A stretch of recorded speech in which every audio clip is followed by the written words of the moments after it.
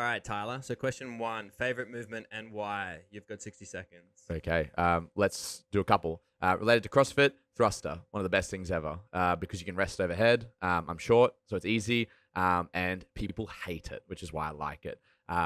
Strength training, back squat, I'm just built for it. Easy. Gymnastics, the strict handstand push-up, I feel like just something about bashing your head on the ground is always just kind of got me off. So I used to do a lot of strict handstands. Strongman, Upside down stiffies. yoke carry. Yoke carry is just one of the most badass movements ever. Why not? Just general cardio, running. People hate it as well. I used to run 16 Ks a day. So that was cool. That's basically, I reckon that's all my movements covered. 44 seconds. And that was not one movement. It was like 20. Yeah. Well, it's favorite movements, right? So there you go. Plural. Cool. Question 2. Question was, what is more important, Michael? Training or nutrition? You have 60 seconds. 60 seconds to answer this. This is not a simple question. And I'm going to set both. 50-50 split. If we really had a gun gun to my head and I had to pick one, I would say nutrition. Hell yeah. Just on a time-based value. So if you think about training, you're probably only training 1 hour a day. If you think about eating, right, you're eating 3 meals a day plus 2 to 3 snacks per day. You're just going to have more time investment. So definitely going to be nutrition. It's a pretty simple one. Cool. I agree. 31 seconds. Hell yeah. Fastest Michael's ever answered a question. So it's a minute off now, so we can chill out. It's like the emo where you rest, right? No, I like to go. Go. Next question. All right, Tyler, what do you think is the biggest barrier to entry for new people starting in the gym? All right, let's go. Biggest barrier, I reckon it is self-confidence. It has nothing to do with the gym. It has all to do with their head, what they see, what their perception of social media, their previous experiences, if they've done sport before and they've struggled. Because normally your jocks come into the gym, they love it. They're the best because this is what they've done their entire childhood. But someone who's never come to the gym before, someone who's geeky, someone who's an office worker, someone who maybe put on a bit of weight, it's intimidating because everyone who's in the gym is already good at it. So they feel like it's the biggest barrier to entry is their self-confidence. Best way to join a gym, join with a friend, especially one that's fit, because they'll make you look good and they'll talk you up. Cool. Michael, if you were to start your fitness journey again, what would you do differently? And you can't say squat more. Trend. Straight up on a cycle. No, on a 60 serious seconds. note, I would do more strength work, specifically back squats, deadlifts, and I wouldn't bench press. For me, I would go for an overhead press. Hell yeah, I agree, especially from a strength standpoint. Overhead press uses more midline, and it uses the full body rather than the bench press lying down, a little bit less sport specific. Most of the other sports use an overhead position, so you're killing it there. Bang for its buck. Beautiful. There you have it. Tyler used 15 seconds of money.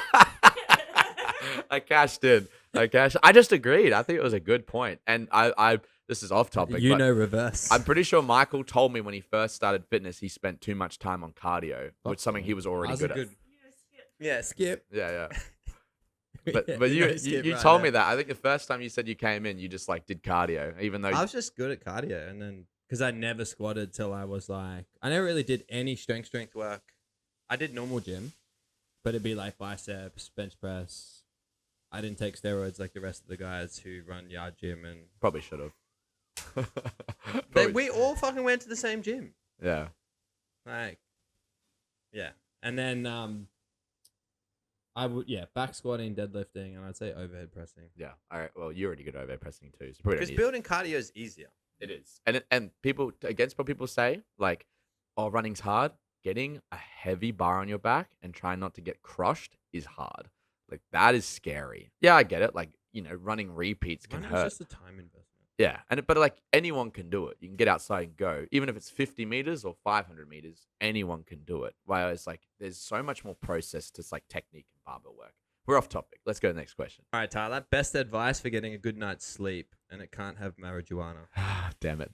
I read a book, Why We Sleep by Matthew Walker, and there's actually 12 reasons or 12 ways to get better sleep. Some of the ones I can remember off my head. No caffeine after 12. Did you read it in under a minute? Yeah, I did. No caffeine after 12 p.m., assuming you go to bed at 8. So give yourself 8 to 9 hour window after your last caffeine, just because it stays in your system for 8 to 9 hours. For most people, that can limit your sleep. Obviously, cold temperature room, 18 degrees. Too hot, you can't sleep. Too cold, you can't sleep. 18 degrees they find is optimal. No lights, no blue lights, no lights before bed, anything that's going to reduce your intake of, or like your release of melatonin. And then just some other simple ones. Make sure you have a nice comfy place. Find a position that suits you. And then choose an environment that is, something that is low stress. If you're living in a city where there's like noises and stuff like that without soundproofing, it's going to be bothering your sleep. Anything that's going to bother your sleep, dogs, animals, they can bother your sleep because they move. So anything that's going to avoid that, have them near you, but not in your bed. At least not next to you if you can. Capped. But yeah, I mean, there's so many more ways, but I would definitely say even with that list, number one being like temperature, especially in Australia. Don't sleep in a hot room. Buy yourself a portable aircon. Don't be cheap. Like if you have a poor night's sleep, just because you save $20 a week on electricity, but you're going to lose, thousands of dollars at work because you can't perform because you're so tired, there's just no trade-off. Okay, that was an E2 mom, but thank you, Tyler. Yeah, you're welcome. We also have a 14-day caffeine detox challenge if anyone is struggling with it. I went Little 5 plug. months. 5 months without. Yeah, 5 months. But you get fat like me. 5 months without caffeine, and it wasn't easy for the first 2 weeks, but after that, it was fine. Yeah, because it only takes, just for context, it takes 14 days to reset your tolerance. Yeah. So we run a 14-day detox challenge just to help people understand that they don't have to rely on caffeine to have a good day. No, you don't, but it does help. Caffeine is a drug, so keep that in mind. You're all drug addicts. We're all addicts in our own right. Next question. Cool. Michael, what is your dream car? And it can't be a white van that says free candy on it. Dream car. Dream car. This is actually a good question. I'm gonna go. Assuming money's not an issue, you can buy whatever you want. Whatever you want. Yeah. Well, I tend to like things that other people don't like, only because the more people buy it, the more I don't want it. Yeah. So I'm gonna go with the. I must say, at the moment, I'm a fan of the F-150 electric. Okay. I don't know what it looks like, but I'm assuming that's something that. All cars coming out now look the same. It's just futuristic. So it's all Teslas, right? It's like a Tesla ripoff. Yeah. Everything just looks futuristic now. Cool. We're driving spaceship soon. Cool. How long did that take to answer? Like 20 seconds. 18 seconds of thinking. It's either that or the Tesla truck. Oh, the big one. The Cybertruck, yeah. Yeah. Only because it's bulletproof. It's fucking, yeah, that's sick. How many enemies do you have? Who's shooting at you? Well, I've got fucking CrossFit HQ as my enemy now.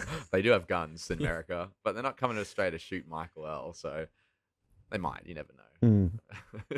With your maybe you are Jim now. So mate, Elon needs it now. He's gonna be driving around in his Tesla. That's it. Cybertruck. Next question. All right, we need more intensity too. Let's go. Yeah. Quick. Yeah. Give We got drug addicts watching this. give Izzy the. Give Izzy Sorry, the title. caffeine addicts watching this. They need it fast. Same thing. Still drug. Yeah. We're in Latitude Coffee, actually. So once you finish your 14-day detox, come here for some coffee. Yeah. That'll spile you back into an addiction. Yeah. Oh. All right, Tyler, how many days a week do you train and why? And keep this under a minute, please. Cool. You know what? At one point in my life, I used to train 14 times a week. Every day, twice a day, morning and afternoon. Even some days, probably more. I used to do swim sessions midday. That's where I first met Michael.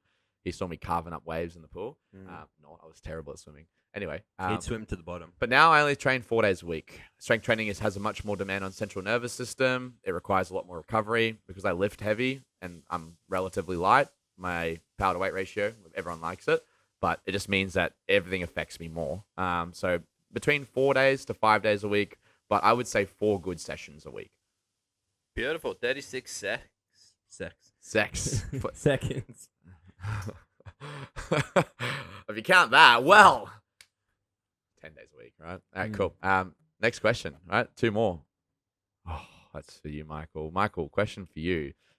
Favorite place you've traveled, and you can't say Japan because you've just been there. Probably is Japan. It's fresh in my mind. Damn it! I knew I was going to do Japan. What was the reason why that was your favorite place to travel to?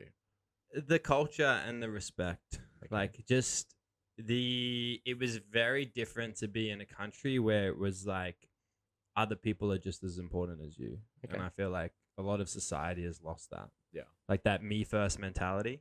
Considering, like, I mean, we talk about it all the time. Like, if you want what you want in life, then you need to be useful to other people. Yeah. The more useful you are to other people, the more people like you and the more money you make. Yeah. Or at least, like, you need to have time to care for them. So, like, when someone is talking, you're listening, not thinking about, oh, can't wait to get home to watch my next show where someone's like dropping a big freaking gospel on you about, how hard their life is and why they need your help and all that stuff. Yeah, Like, if you're only useful to yourself, how does that help anyone? yeah, you need to be present. Sharing is caring, right? But I think that's cool. Japan, right? So it's cheap at the moment. Yeah, and stay in Kyoto. There you go. There you go. That's the tips from Michael. But we're gonna sign off there because I have to go. So I got butter chicken to eat. that sounds yummy. But that's gonna be episode 3. 3? Yeah, 3. Minute on, minute off. Episode 1 of that. Minute So, on, minute off, 9-minute finisher. yeah, that's it. Sorry, 16-minute finisher. 16-minute finisher. 16-minute cooldown.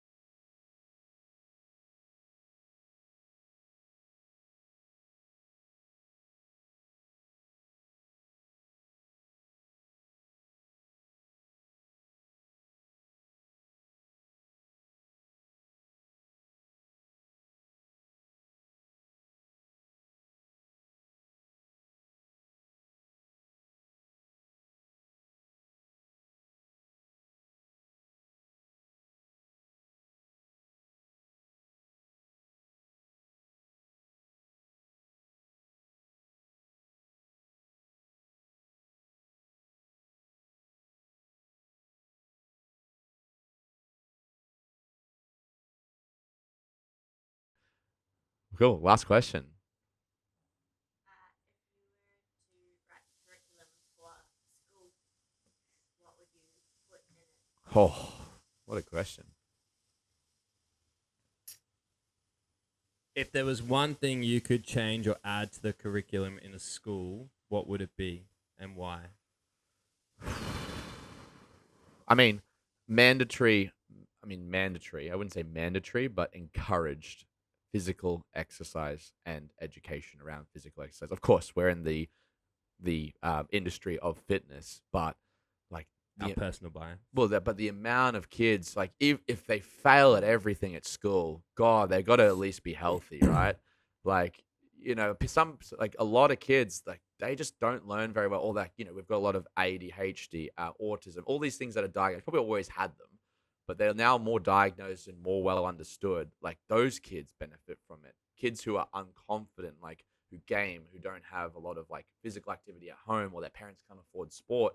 This is the only place that they get physical activity. And I think like, I don't know, some schools that we go to, they start to introduce gym in grade 11 and 12. And I think that's awesome. If you can have the ability to know how to go to a gym and do something for yourself, or, go outside and run a running program for yourself, hell yeah. Like your whole life will be better off. It doesn't even matter if you're not going into an industry that is fitness related or requires physical exercise. Like every aspect of your life, sleep, nutrition, relationships, psychology, it's going to be improved by being healthier. And it's proven resistance training is like one of the most beneficial things for everyone. There's a lot to unpack here because there's like what you're talking about is very much we used to think about the mind and the body as separate, and the more we start to study things, the more we realize that they're very interconnected. So yeah, your physical health is directly like going to affect your mental health, vice versa. Yeah. So you have to look after both. And then there's another one they were talking about this morning on the radio where they're talking about how everyone's getting dumber. And we were just talking about the other day how you actually measure intelligence, and intelligence is the ability to have delayed gratification.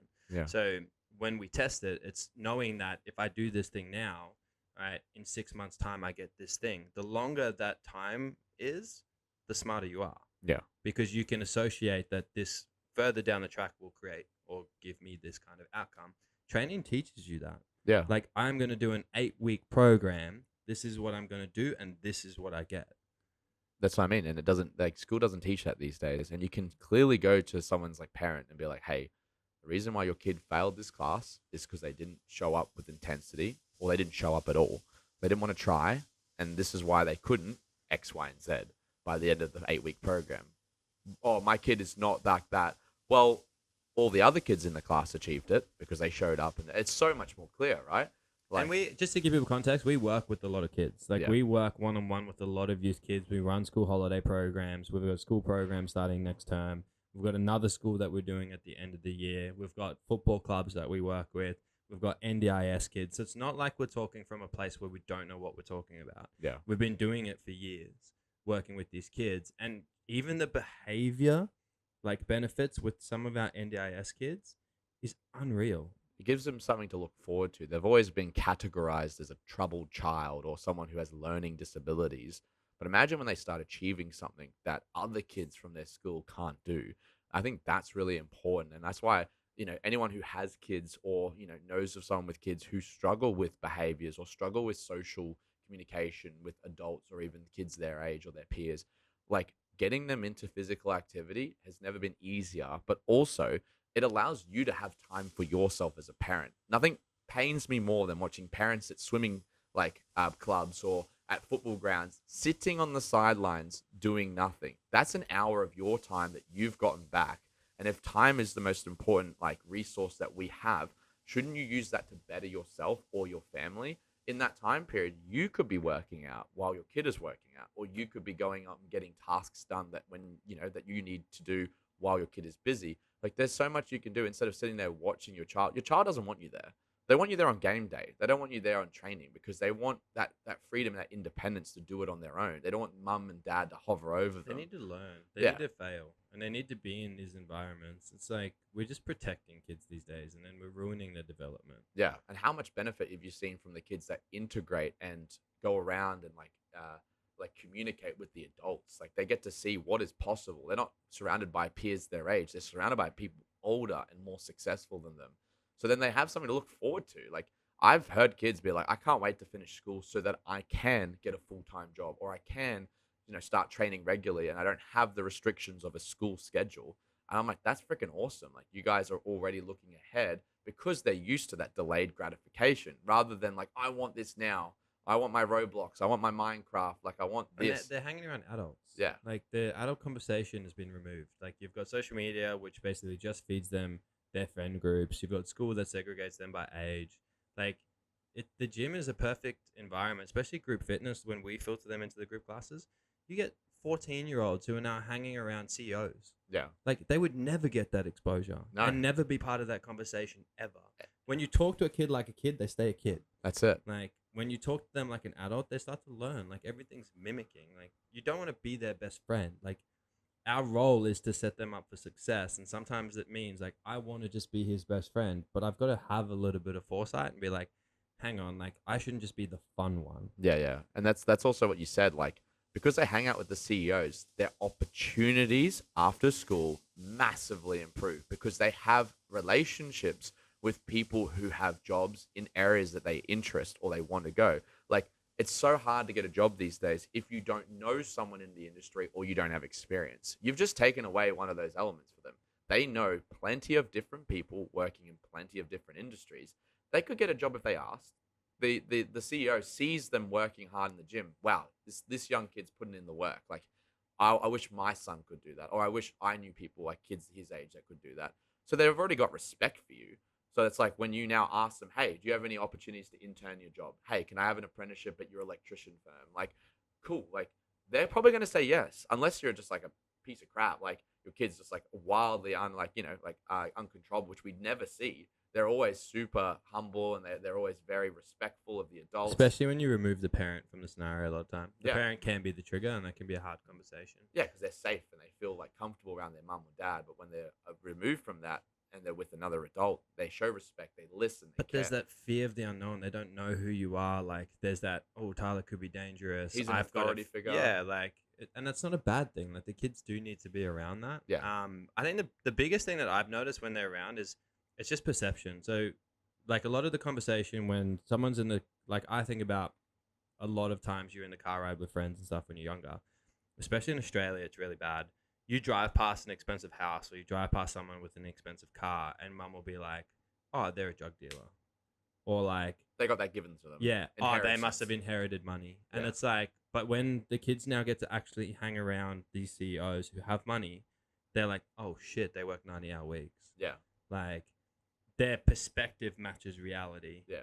As where, What do they do in their spare time? They watch, videos about investing stocks. They watch Alex Hormozy talk about how to improve your business. They watch X, Y, and Z. They don't play Minecraft. They don't watch Netflix. They don't do these things. they're not out partying on the weekend. They don't Like, own expensive they're cars. working 7 days. You're working 5. Yeah. They're getting an extra 100 and something days a year in. Yeah. Of course, they're going to move faster than you. Exactly. Or they're investing that time on themselves. Yeah. That's why they're at the gym. This is like, oh, I'm in between meetings at the moment. I'm going to get a session in. Like, cool. Like, that's what I want to aspire to be. I don't want to aspire to be, the kid at school who got everything given to him by his parents because they wanted him to have a really good life. I want to be that kid that earns everything himself and has those resources and that mental fortitude to then create something of myself, whether it's in a field I know or don't. And that's also another thing that no one talks about. After school, no one knows what to do. Like, I didn't know what I was going to fucking do. I was like, I just assumed based on what school told me I should do, the areas I should go into. But imagine if I got to hang around a bunch of people who already had their lives sorted and have invested time in a certain field that they've become really good in. I could look at them and be like, which type of person do I want to be like? And then I can make more accurate choices. Still might make mistakes, but at least I'm getting guided into a better area rather than just kind of like looking at a wine list and closing my eyes and picking the one that comes up. But you're first. making decisions, and most people don't even make any decisions. Yeah, and you get to see their lifestyle and you get to ask them questions and they give you feedback. Should I go into this job? Should I do this like industry? From my experience, someone who's excelled in it for years, no, or yes, or this is what I would expect, and they give you feedback. And like they're just, even though it's long-winded, we've gone way over a minute now. Like this is what I think the kids, the most important thing for them is just surrounding themselves with a good environment. The kids your age aren't normally a good environment because They want to be childish. They don't care about what's happening next year. They care about what's happening now. They care about what Sally or Sarah thinks about them and how they look. They care about what Instagram says they should care about, rather than reality, what the adults are doing, the ones who have already succeeded or already gone through what they've been through and persevered or improved. And then from their perspective, the older people, like the CEOs and stuff, they get to help the youth out. They get to guide them in the right way. They can use some of their knowledge and time and resources to help them put themselves into a great position. Like I know for a fact that, and we all know who he is, Gov from our gym. He's been coming 2 years now, and he's been training minimum 3 days a week. And he told me the other day, like, this is the first time I've had an off season from cricket, and he's been coming 5 days a week. He's been training the class, going upstairs, doing bodybuilding. I guarantee, like, if he asked anyone for a job, they would give it to him. They'd be like, this kid is freaking committed. He's got a good mindset. He's respectful. They're all the things you look for in an employee, right? Like, and like it just fast tracks the CEO's job. Like, oh, he's a outstanding person that I've had opportunity to surround myself with, and I can like watch them and monitor their behavior. Like, and then just gives him so much more opportunities too, right? Yeah, and it's very much like it's against his culture. Like a lot of his culture, it's not normal for them to train. No. Like it's very normal for them to just play cricket all year round. Yeah. But like he's now excelling because he can work on his weaknesses, develop, unilateral imbalances, improve his power output, his fitness, his overall conditioning on and off season.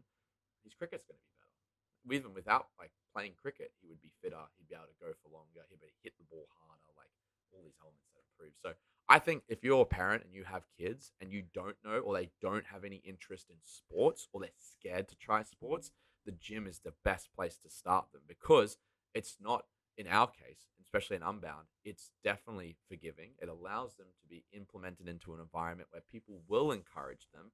And the amount of times that one of my kids, I've brought them downstairs, or I've brought some of the more experienced members around them to cheer them on, the amount of friendships or relationships they create and the confidence they build from that, they come back. They don't want to leave. They're like, they tell their mom, I don't want to come once a week. I want to come 3 days. I don't want to come on my own. I don't want you to be there. Like, isn't that what you want for your kid? Independence? You don't want, or you want them to like depend on you for the rest of your life. Like, I know which one I pick, but it's just like, yeah, like we want to give them the skills to be able to thrive. Like they're going to live, our kids are going to grow up to be in a time where there is going to be less opportunities, and the opportunities that are there are going to be very different. Yeah. So it's going to be more important for them to have these skills than ever. Yeah. So the more we try and coddle and the more we try and protect them, the less they're going to be able to develop any skills. Yeah. Because part of learning skills is doing things you don't normally do. No. Starting with sucking. So it's like starting with sucking. You've got to I like that. You got to suck and then do it a lot, and then there's a term like volume negates luck. So it's like, you just want them to get lucky, or do you want to actually have a bit more of a predictable outcome? Yeah, it teaches them something, whereas luck doesn't teach them anything. Like, I know for me, like, I got a kid coming, and Tiana asks me all the time, like, what's our parenting style going to be? What do we want? I was like, I just want him to be a good kid. Like, I just want him to be happy and be a good person. And, like, what is, like, be respectful to other people. Like, and a lot of that's going to be perspective. Like, I've got to expose him to things that might not necessarily be something that people would be like, oh, that's normal. Yeah. If all he does is live in an environment where he's going to be in a gym where he's got access to all these things that other kids don't have. Yeah. Like, he's going to have such an advantage and be exposed to like conversations that other people would never ever get the opportunity to be exposed to. Or can't afford to do, Like, right? his whole life is going to be around business owners, CEOs, like everything that other people just wouldn't be around. Yeah. Like, and for me, it's like, I've got to show him the opposite. So he's got to, if that's all he grows up around, that's just going to be normal. Like, he still needs to understand that, like, the quality of living for other countries is very different. Yeah. So, like, when we travel, like, part of traveling is going to be taking him to some of these places. Yeah. Yeah. Showing him perspective, right? And that's the main thing. I think, yeah, kids don't have perspective these days. They're too glued to their iPads. Yeah. They're too glued to the comfort that they have. They don't understand, like, life is hard. And, like, especially for other people who have a lot worse conditions, but they tend to make something of themselves, or they do the things that the kid wants to do. Like, it's purely just because like they just want it more. And like, you need to be surrounded in an environment that helps allow you to do that. Even if you're not the type of person who is physically fit, genetically gifted, talented by default, or has parents who come from a background like that. I hate this genetics conversation. Like, it does my head in. Yeah. It's all over social media now. And it's just like, where it's like genetics. It doesn't serve anyone. No. Like, statistically, most people just need to fucking do shit better. Like, Yeah. train more, eat better. Like, when all we talk about is these 1%ers, it's like, it just disheartens everyone. yeah, Like we talk, everything is net positive, net negative. It's a net negative. Stop talking about it. yeah, it doesn't like- serve. It's a behind closed door conversation. It's good for us to know. But would you tell your client? No. It disempowers them. Why the fuck would you even talk about genetics? No, I would always emphasize and highlight the positives of what they have. Yeah, And I you're just just giving wouldn't- them an excuse. I wouldn't tell them the negatives. I'd be like, wow, your hips are really mobile. You'd be great for sumo. Yeah. That's it. I'm not saying like, wow, your ankles suck, or like, you have a really tight upper back. Probably shouldn't conventional deadlift ever. Like, don't tell them that. Like, they don't need to know that. Oh, you don't have the genetics or the body type for CrossFit. Yeah, look at That that kid shouldn't over. even be part of the conversation. Look at that kid over there. He's done what you did in a quarter of the time. Holy crap, his genetics are good. Like, you don't need to know that. Like, wow, look what you've achieved.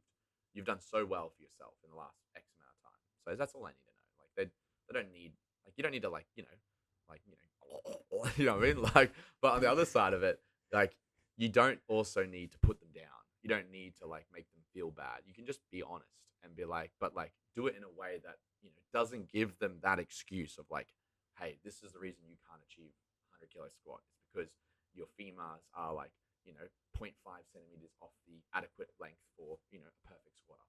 Sorry, you're never gonna. It doesn't matter. You can do everything you want. Put your fucking mind to it. I think that's a good place to leave the 1 minute conversation we had. This is the podcast itself, right? We just created. That must have been a good question. Yeah. Nah, the kids one is a good question. It's because that's our thing right now. But we're gonna sign off there because I have to go. So I got butter chicken to eat. that sounds yummy. But that's gonna be episode 3. 3? Yeah, 3. Minute on, minute off. Episode 1 of that. Minute So, on, minute off, 9-minute finisher. yeah, that's it. Sorry, 16-minute finisher. 16-minute finisher. 16-minute cool down. All right, that's done. I got my client now.